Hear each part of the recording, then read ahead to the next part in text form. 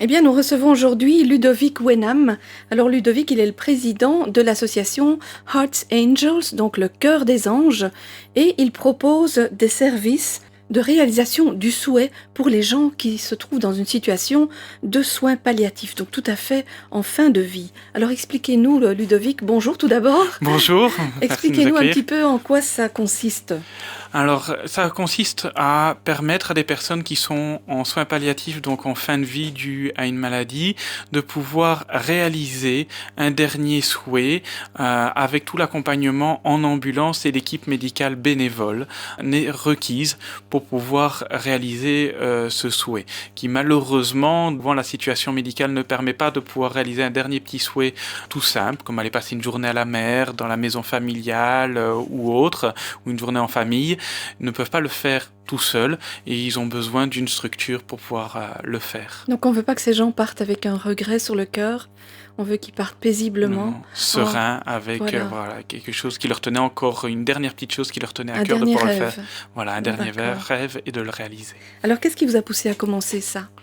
Alors, ce qui nous a poussé à réaliser ça, c'est notre expérience en tant qu'ambulancier, où on transporte des personnes en soins palliatifs, et on les entend, on a un échange avec eux, le temps du transport, et c'est des relations assez privilégiées qu'on a avec ce moment-là, et qui nous expriment avoir envie de faire une dernière chose, mais que malheureusement ils ne peuvent pas, parce qu'il n'y a pas la structure ou que ça coûte très cher quand c'est possible de le faire. Et la découverte d'une association du côté flamand qui a réalisé ces souhaits. Et donc notre volonté, ça a été de pouvoir le rendre possible du côté francophone à la population francophone de Wallonie-Belgique. Donc, vous avez ce dialogue avec les personnes qui se trouvent dans votre ambulance. Et est-ce qu'elles se confient plus facilement à quelqu'un du corps médical qu'à un proche concernant ses derniers souhaits?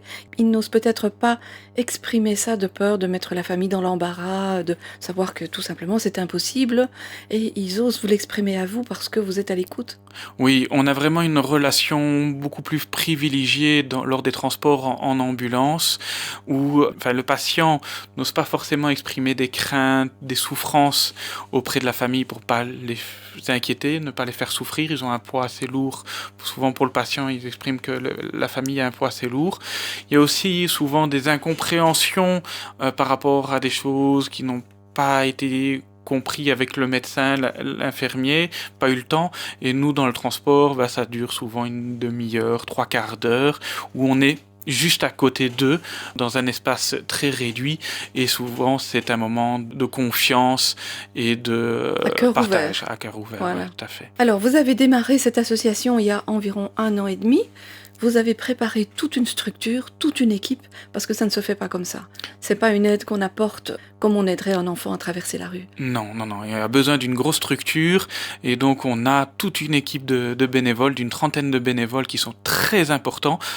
Je serai là tout seul, je ne ferai rien. C'est eux qui font tout le travail. On va dire que je suis un peu le chef d'orchestre, mais c'est eux qui font tout le travail.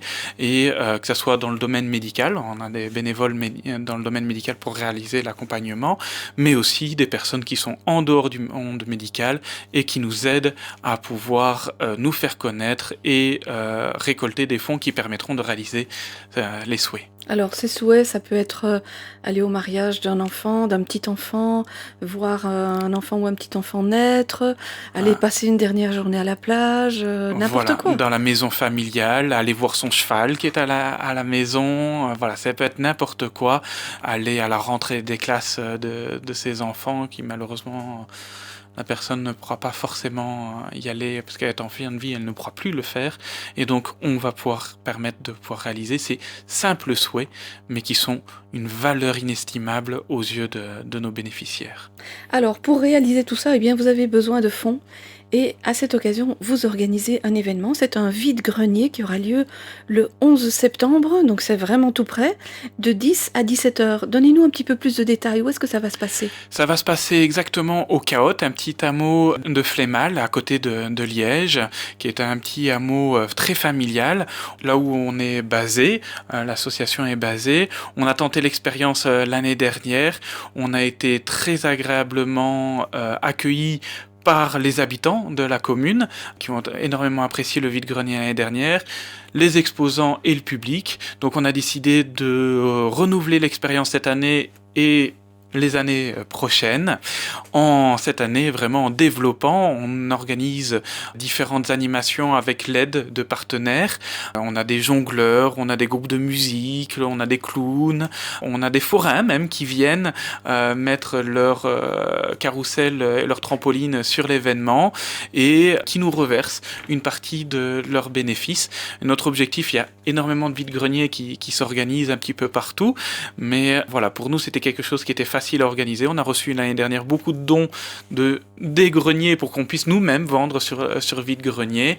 Et notre volonté, c'est vraiment de rendre cette journée familiale avec différents événements dessus pour attirer le monde et que les gens passent une très très bonne journée pas finalement que déambuler, mais passer une bonne journée en famille. Alors, est-ce qu'il y a encore de la place si quelqu'un voudrait s'inscrire?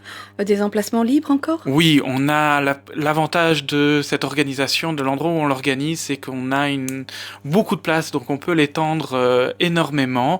Donc on peut tout à fait encore réserver des emplacements. Ça se réserve déjà beaucoup, mais on peut encore agrandir.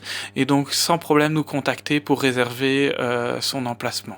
Et on est à 2,50 € du mètre, alors qui est peut-être un petit peu plus cher que d'autres vide-greniers. Mais là, c'est pour la bonne cause, c'est pour pouvoir vous donner votre petite pierre à l'édifice. Vous venez passer une agréable journée en vous débarrassant des futilités dans votre grenier, des brôles, et en même temps, vous faites une bonne action en aidant la réalisation d'un souhait. Vous financez, vous participez à la réalisation d'un souhait. Hearts Angels, eh bien, ça porte bien son nom, le cœur des anges.